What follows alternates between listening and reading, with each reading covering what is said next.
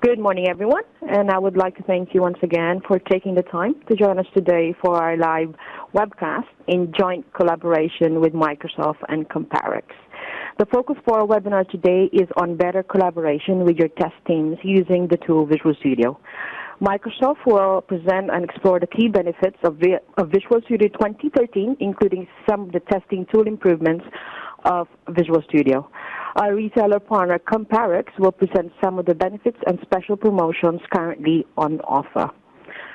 I am proud to be joined today by a few of my colleagues. My colleague Peter Shave, our Global Alliance Director. Colin Beals is a developer tool technical specialist from Microsoft, and Tyrone, our product specialist from Comparex.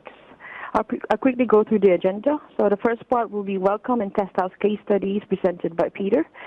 And Colin will present key features of VS 2013, including some demos, and promotions of Visual Studio 2013 licenses by Tyrone, and a few minutes of Q&A session.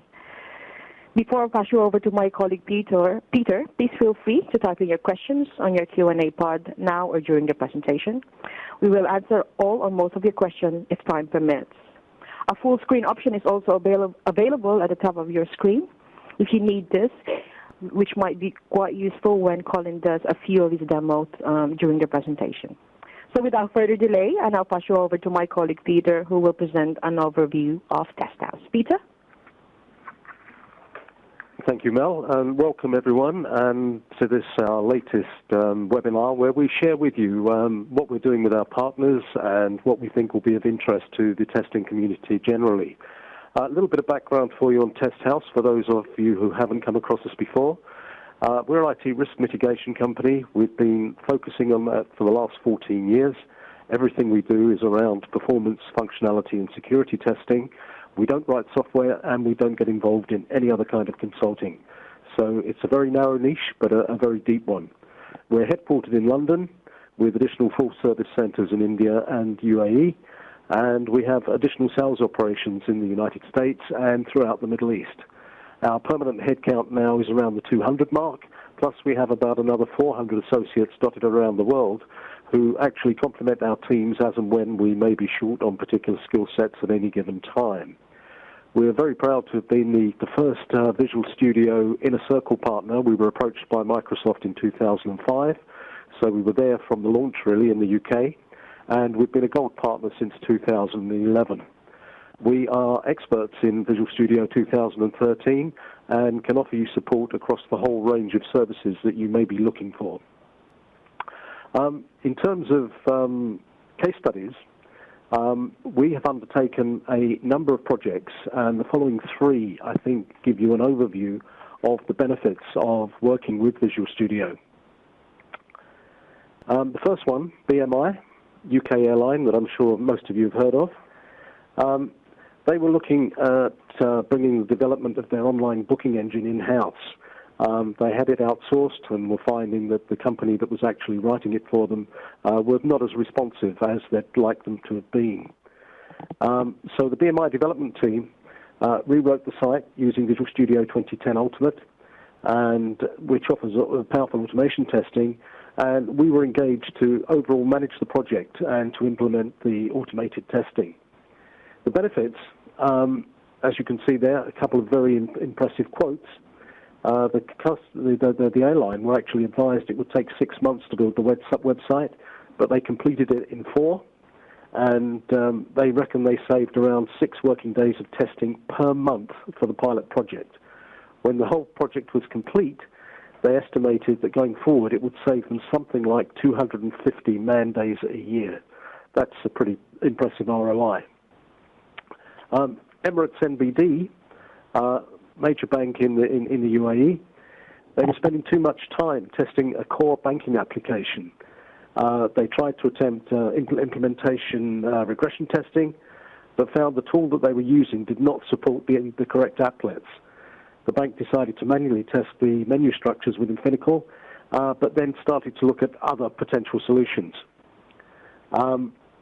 We actually sat down with them, and we actually decided that Visual Studio was the right tool to automate the tests. We could actually assist them in running those very effectively, The bank also leveraged the performance testing capabilities of Visual Studio to test their new Siebel CRM system.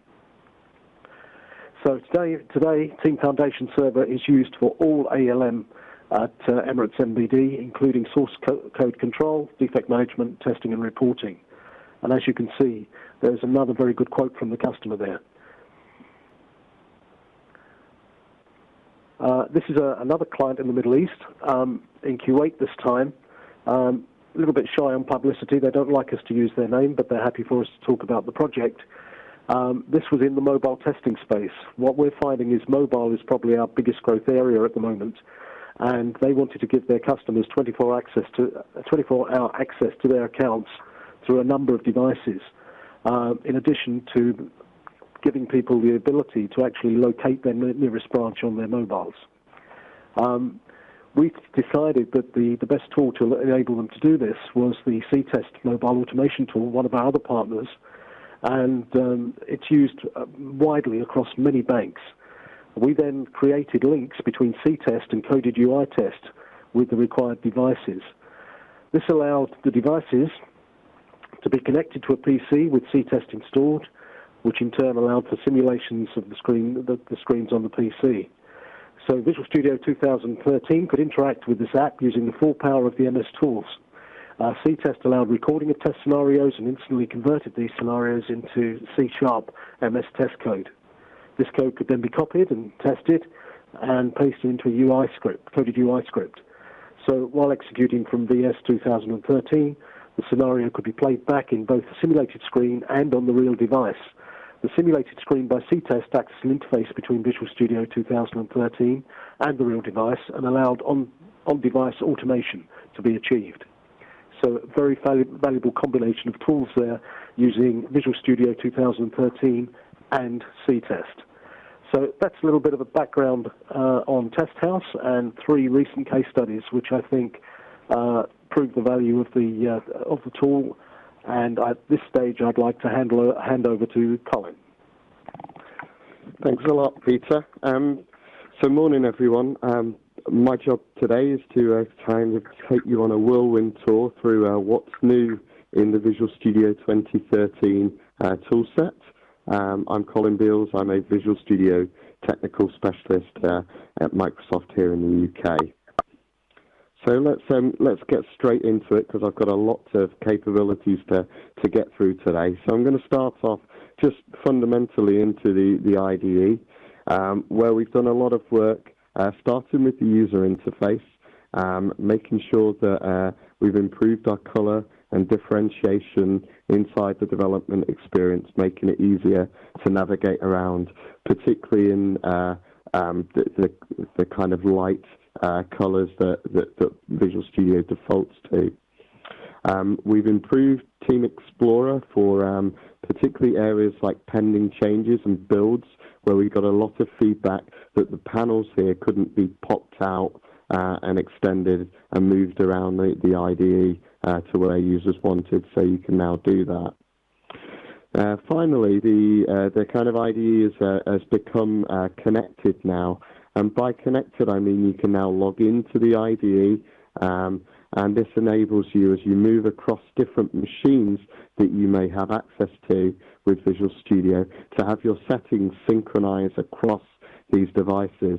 So your preferences and choices of the way you want your workstation set up will go wherever you go as you log in. It also, of course, helps you log into online services like Azure or Team Foundation Service, now called Visual Studio Online.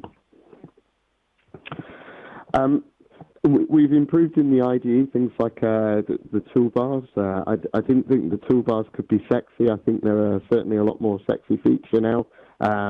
They enable you to see various different annotations of your files, things like bookmarks, with a current cursor position, errors, breakpoints, which really, really help you navigate around your code in an easier way.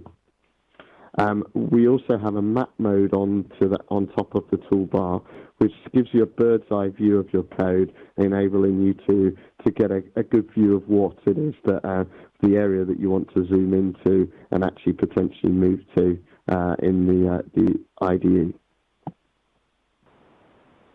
We've done some great improvements in terms of productivity around enabling you to have things like auto brace completion.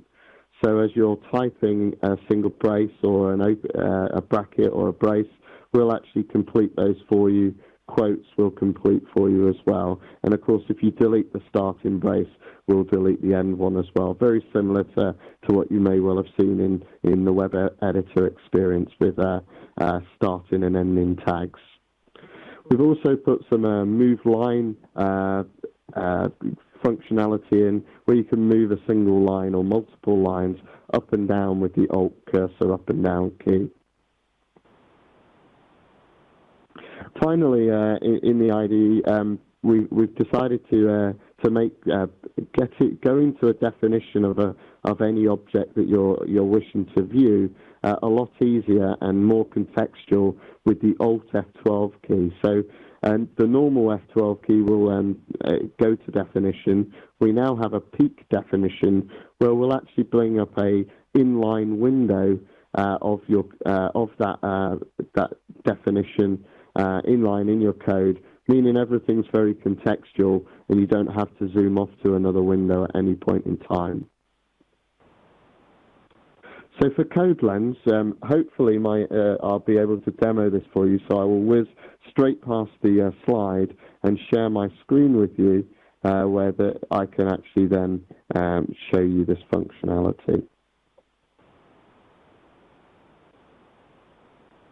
So hopefully you're looking at my screen right now, and I've gone full screen. So what we've got here is Visual Studio 2013, and actually I'll use a new feature to get where I want to in this instance. So I can do Control, comma, and then type create in here. This is a new thing that we call navigate to, which gives all of the create methods on various different files and objects that we've got. In this case, I want to look at the customer object. And the reason why I want to do this is to show you this thing called a code lens. And a code lens is this line here that you can see me highlighting.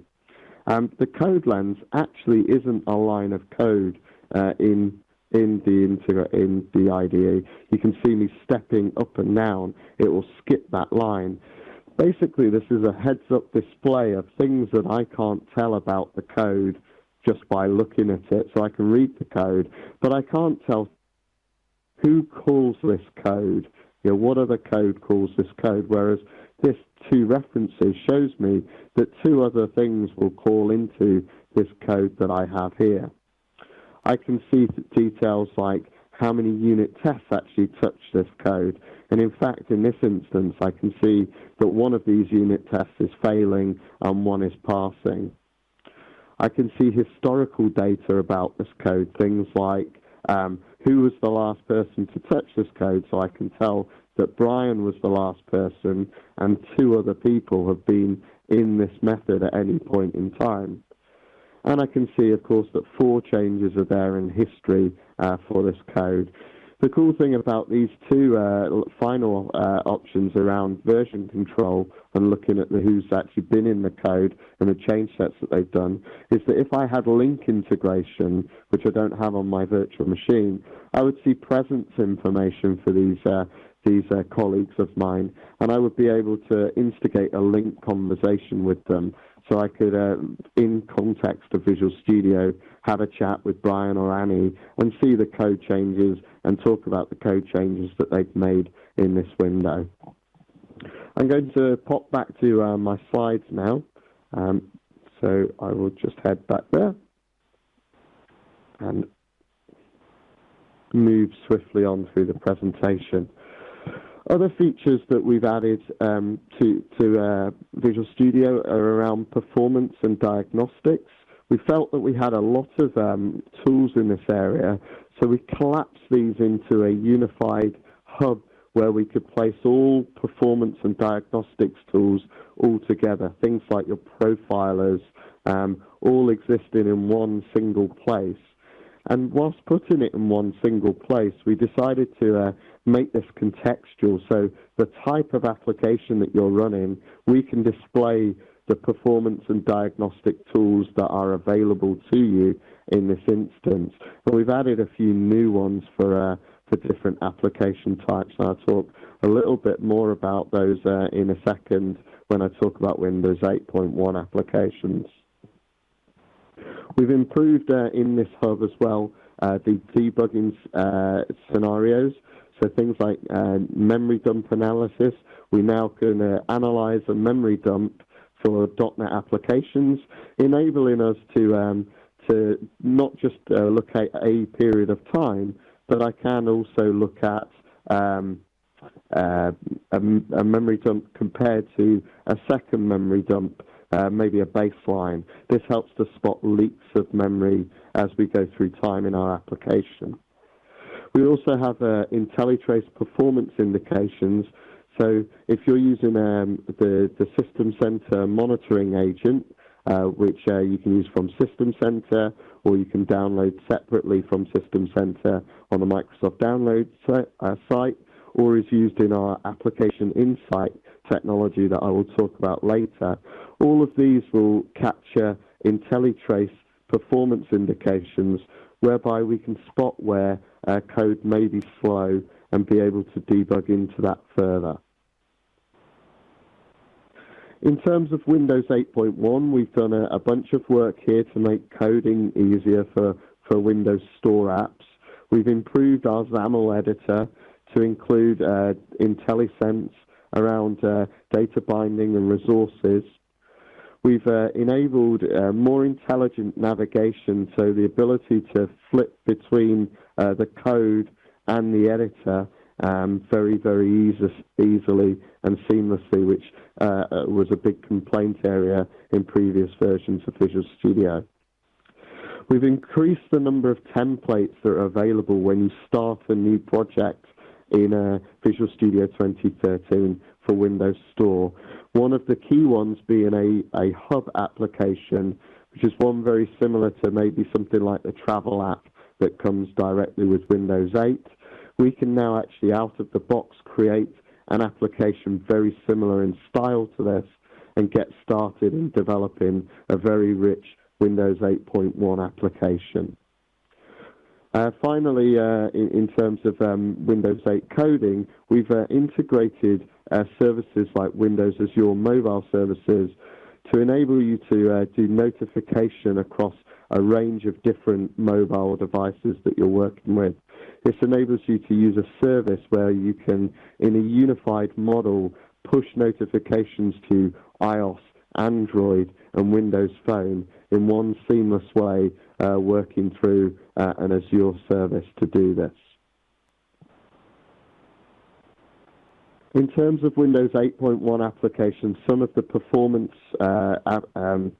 extra additional functionality we put in here are things like a UI responsiveness analyzer, whereby you can look at your UI and see how responsive or non-responsive it is, and actually then work out where your problems are. Are they in rendering, the layout? Are you tying up your UI thread? And we've also looked at the energy consumption whilst you're executing your Windows 8.1 applications to work out how well you're utilizing the resources of a device. And of course, if you're writing for things like tablets and phones, this sort of energy consumption is really useful information to tell you how much of the power and battery you're going to be using, as you may well want to keep an eye on these metrics in addition to the usual performance type indicators. Finally, in an area, of course, Test House excel in, is coded UI support. We now enable you to write Windows 8.1 coded UI tests, so we can actually automate Windows Store apps and actually test those in an automated way, which previously wasn't possible. Moving on through development, and lots of different types of development to cover today. I'm going to head into web development, where we've added some new tools around ASP.NET. We've looked to unify ASP.NET. We recognize the fact that people are using various different types of ASP.NET project, like web forms, MVC, maybe web API. And we've enabled you to start new projects and actually pick one or many of these types of applications to bring together into one single ASP.NET application type. So no longer are you having to handcraft and merge different ASP.NET applications into one. From the get-go, we support these with new projects, enabling one simple way of utilizing ASP.NET Framework. So I'm going to again talk about browser link through demo and flip to my second demo of today. And if I can share my screen.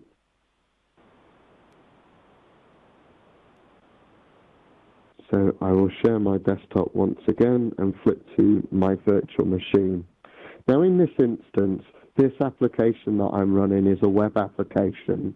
And actually, it's very easy within Visual Studio to launch from Internet Explorer. But we recognize that other browsers people will want to use and test against. And we look to enable you to pick other browsers other than Internet Explorer, in my instance, Firefox and Google Chrome, as you'll probably want to test your application against these. And once again, partnering with Test House, they do a great job at doing cross-browser testing whenever doing testing across your applications. But whilst you're in development, we're able to select these different browsers, click Browse, and you'll see this application launching in each of these different application types, each of these browser types that I selected. So I've got Firefox, Chrome, and IE all loaded up here. Now, of course, I'm running out of real estate a little bit on my workstation here, but one of the cool things that we can do is that we can make code changes to our application. So I can go into something like the views of this application, go find, let's say, a particular area of the app, like maybe where it says support in this application, so it says support here. I could change this to be something like Test House Webinar. And then I can click this button here of the Refresh Connected Browsers. So this is Browser Link. And it enables me to take these three browsers that I've got connected and actually then see the fact that it's in line, then change this particular code. It's a great way of very quickly, and you can see if I flip to Firefox and to Internet Explorer, we've got that same change replicated across all of these. So it enables cross-browser work to be a lot easier to do.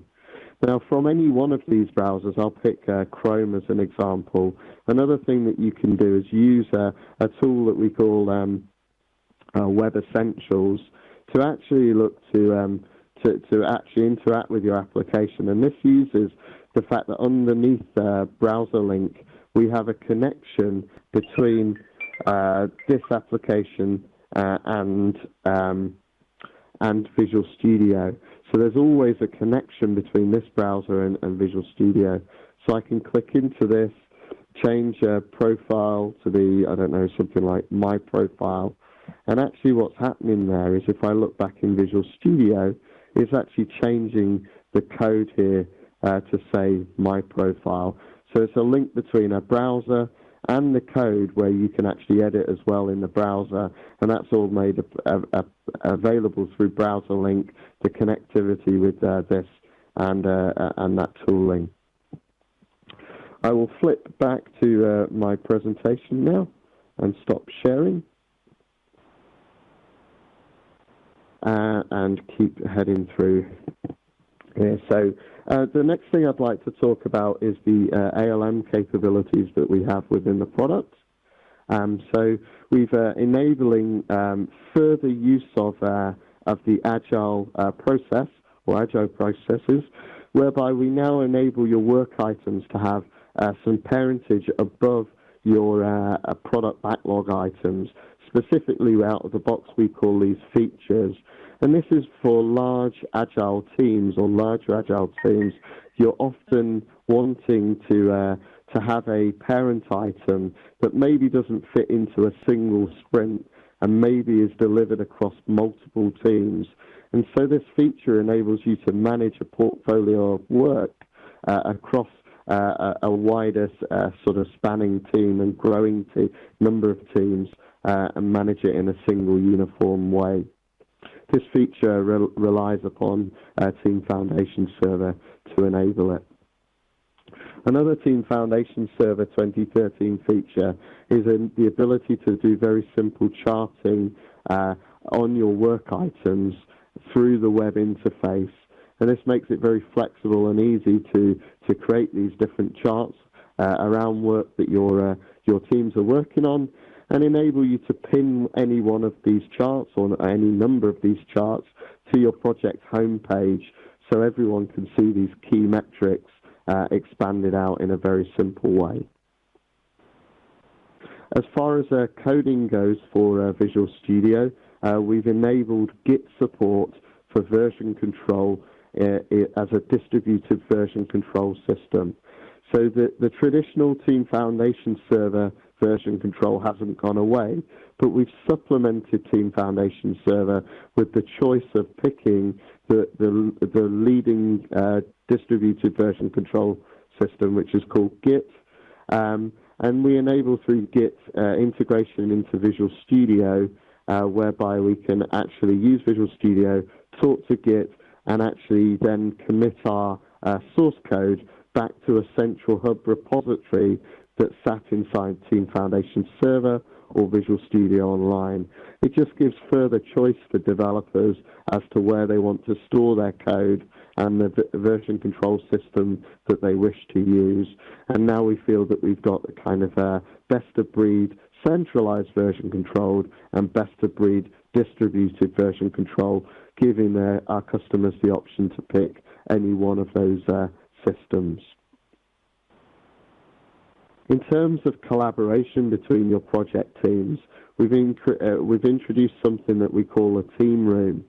And the team room really is a timeline of information that's happened for that team as it's gone through time. So as users interact with Team Foundation Server, they check in code, they work on work items, they complete builds, they do code reviews.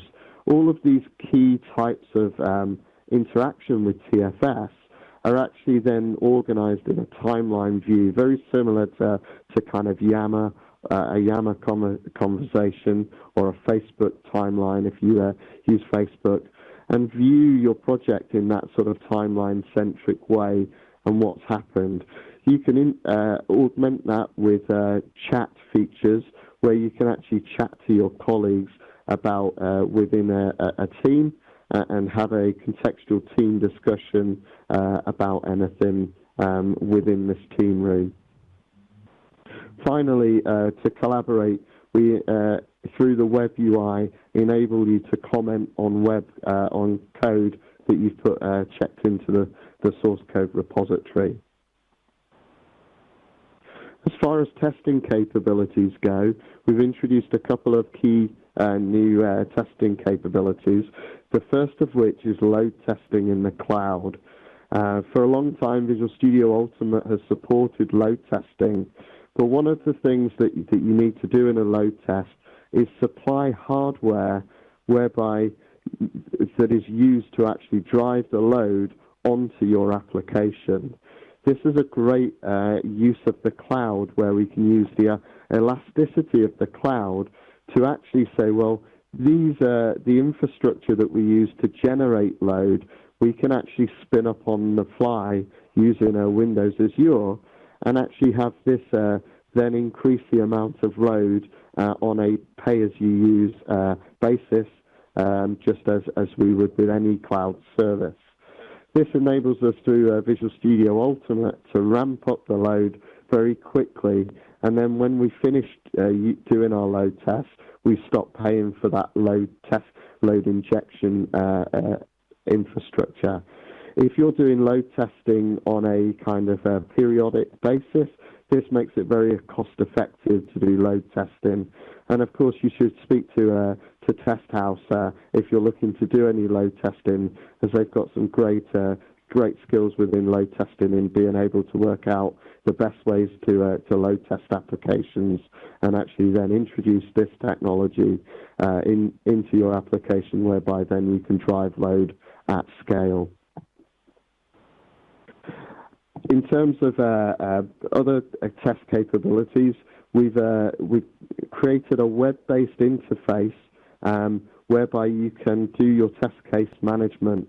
So in the past, we still have Test Manager, Microsoft Test Manager, to actually enable you to do your test case management.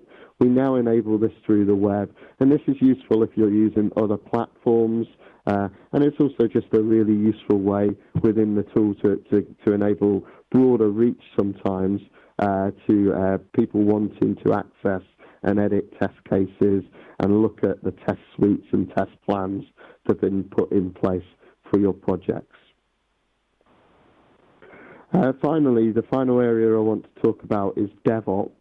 And developer operations, we've done a lot of work in. And the first thing that we've done work in is actually by acquiring another company to provide us with some release management capability, an area that Visual Studio and Team Foundation Server previously didn't really have any tooling to support us on. In this case, what Visual Studio Release Management looks to do is to enable you to create workflows that are consistent across the environments that you care about and do automated deployments to those, whilst enabling you to introduce a approval workflow as you move between these environments. And I've just got a slide here that I think helps to explain that a little bit better in terms of we enable you to automate a workflow and build up an automated workflow for the deployment of your application. In each of your environments, then, you get an audited trail and ability to do acceptance and validation and approval after the deployment has happened. Of course, once acceptance is done, the automated deployment will kick off. Then somebody can be chosen to validate and approve the fact that deployment went successfully. We've found this the uptake in this tooling has been absolutely mind-blowing for us in terms of customers wanting to do this, to integrate with their existing building system, whereby a build then will kick off a deployment into development, and then the downstream environments such as QA, pre-production, and then potentially all the way to production. We have some tooling to enable you to define these releases, and there's a whole new client through the release management client to define these. But it's a very simple and flexible tool that enables you to define the workflow that you have to actually automate the deployment of your applications. And you can use existing tools and scripts that you may well have in place to actually help you achieve that goal in an automated way. Finally, of course, as we go through that release management system, we audit all the traffic that goes through that system. So you've got a permanent, durable record of what went on, how the deployment was done, the login that was done at the time that you deployed, and the approvals that people did along the way, either before or after a deployment was achieved. The final area I think I want to talk about here in terms of DevOps is Visual Studio Application Insights, which is actually in preview at the moment, but it's a new area of Visual Studio Online and our features that we've added as online services for Visual Studio Online. What Visual Studio Application Insights is really about is being able to take production applications that are now out there in the wild and being used by customers, and to be able to reach into those applications and start to get better metrics about how those applications are used, if there are any problems like performance problems, and their availability. So are they always available? So just to kind of run through these in a little bit more detail. In terms of availability, we can use the Azure reach of our data centers in Azure to actually go and ping your application and run either a simple ping test or a web performance test against your application from any global location in our Azure data centers. We have 16 data centers that we can actually reach your application from. This enables us over time to get a really great view of the availability of your endpoints in your applications, either by a simple ping or a more in-depth end-to-end web performance test that actually does some sort of a useful interaction with your application, such as, I don't know, adding a product to a cart. Can you actually do that through the application, and how long does it take from any global position? As well as the availability data, we have usage data.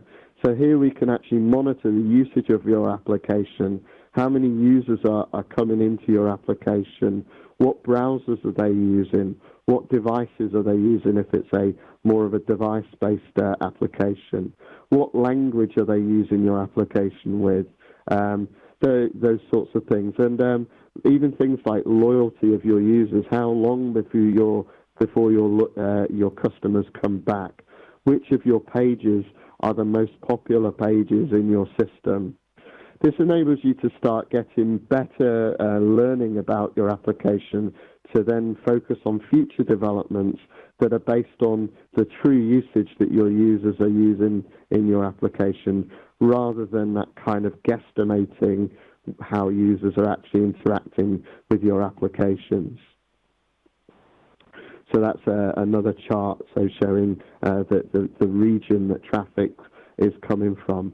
Well, we find customers are actually using this for some really advanced scenarios now, whereby they can define their application to maybe do types of scenarios like A/B testing, where half the users go one way in the application, half the users go another way, and they can introduce a new capability into each of those different application types, and actually then monitor for a period of time which of those is better used by customers, and then obviously they make all users go with one of those types. So it enables you to try out different scenarios live in production and then actually get analytics on how those are used. We're also seeing customers do monitoring of user journeys through their applications. So for an example, if I was an insurance seller, I could see, when are my users trailing off through my new quote system, and is there a particular thing that we can do to encourage users in those areas where they normally drop out to not drop out and actually make it all the way through to making a product purchase. Finally, of course, we can monitor your events in your applications as they're sat in production. So we can look for exceptions, memory issues that we've got, performance issues using those IntelliTrace performance indicators that I mentioned earlier. And each of these events that are raised get raised with more information for developers then to do something with. So, for example, for an exception, they'll have an IntelliTrace log that they can then bring back down to pinpoint the line of code where that exception was actually raised. Similarly, we do the same for the performance problems. For memory tests, we create a memory dump that then can be brought into those memory dump analysis tools that I mentioned earlier in Visual Studio.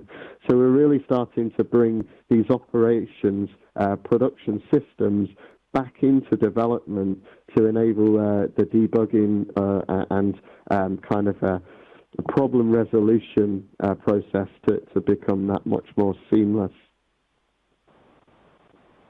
And there's a screenshot of the IntelliTrace being able to be downloaded for an event that we've raised. So with that, I'd like to pass over to Tyrone now, who will take you through the licensing benefits and promotions from Comparex. Thanks, Colin. Hi, everyone. I do apologize in advance if there is any background noise from my side. Okay, so let's take a quick walk through some of the licensing benefits and promotions around Visual Studio and MSDN. Okay. All right. So if you take a look at the slide that's shown at the moment with the MSDN licensing benefits, you'll see that there's a host of different benefits that are all associated with MSDN licensing that come part of the package whenever you purchase Visual Studio and MSDN through volume licensing. You need to be aware of that. If you don't purchase the licenses through the volume licensing avenue, these benefits may not apply. However, with all Visual Studio products and MSDN, Microsoft are able to offer you some benefits that are associated to that, just not the full bundle. Okay, so if we take a look here, we do have a variation of benefits that are associated to MSDN, such as the different Visual Studios from Team Foundation Server. You get the TFS user calls. You also have access to Office Professional Plus. Obviously, all of these are edition dependent. Then you have, with your MSDN subscription, you have software for deployment and testing. You also then have access to Windows Azure, which I'll cover in my next slide, as an additional benefit to MSDN. With that, you also get access to Windows, so that would be your Windows 8.1, as well as all of the Windows Server ranges. You also then have access to Microsoft SharePoint, Exchange Server, SQL Server, Office, Dynamics, and all of the other Microsoft servers that come along with those technologies. Then you do have Windows Phone developer accounts and Windows Store developer accounts that are associated to those MSDN benefits, which allow you to access a host of other resources that Microsoft make available to developers.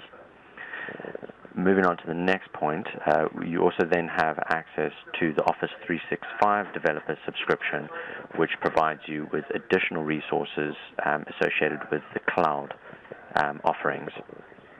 You also then have access to technical support incidents, priority support with MSDN and TechNet forums, should you need any additional assistance with any development work that you are undergoing.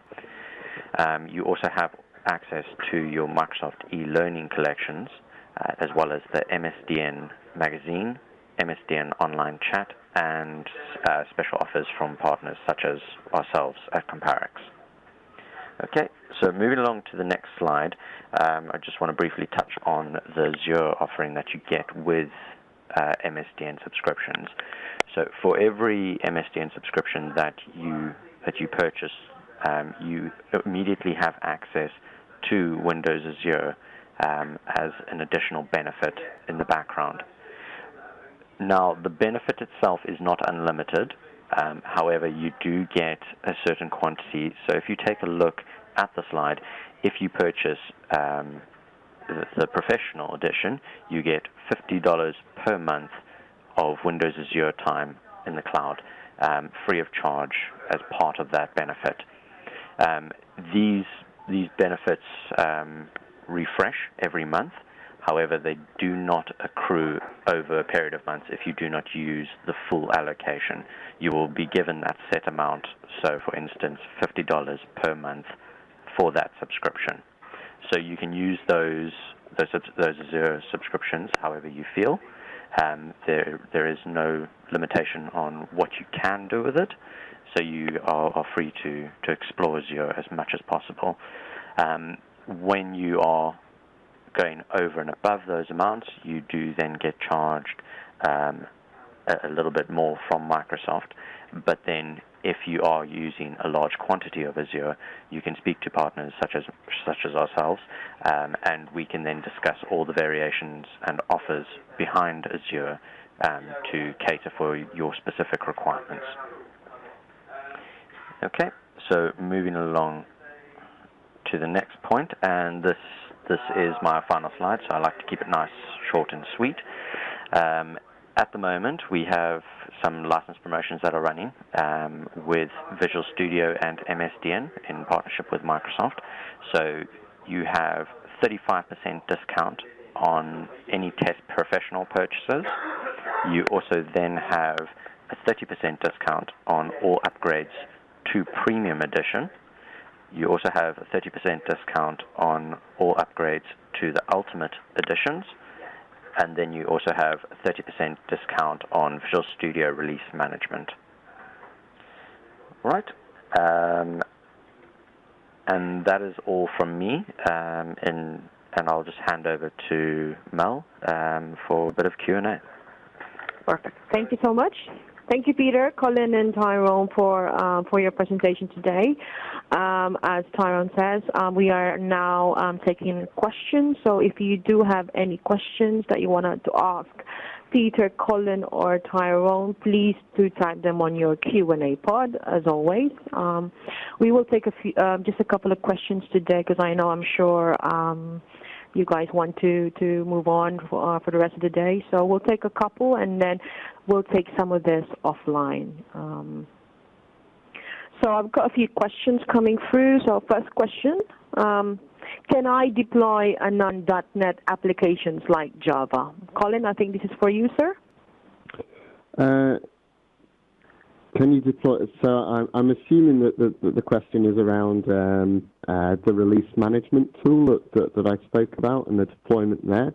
And absolutely, release management, whilst obviously it excels in deploying .NET code through your environments, absolutely you can deploy non.NET code and non-Microsoft code, even like Java. So basically from Java, you would end up with, at some point, your build would end up at some build drop, just like it would for .NET. Hopefully you've got some sort of build server in place.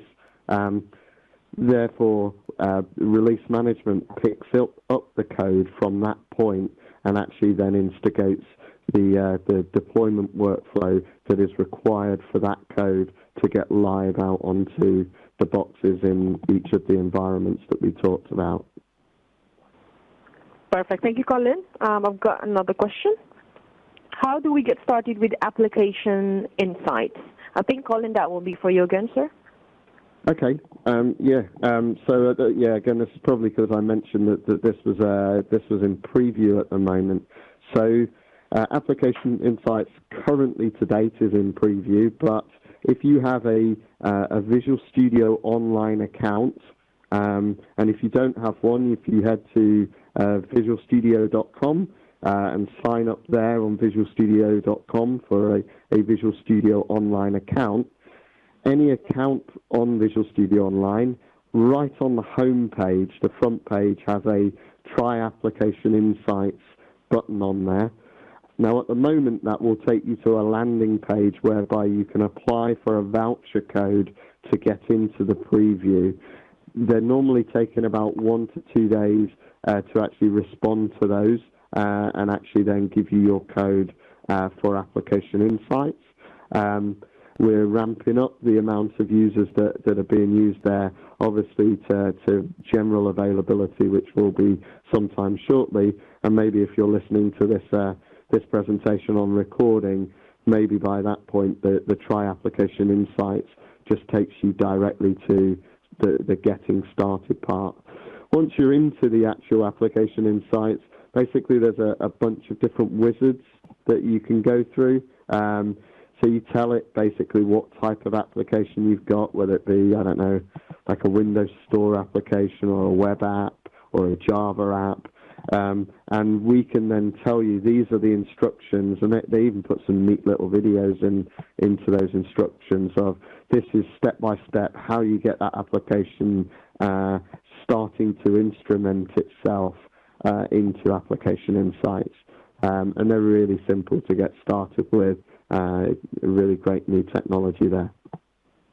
Perfect. Thank you, Colin. I think that concludes our Q&A session for today. Before we close the webinar, the recording will be available within the next couple of days.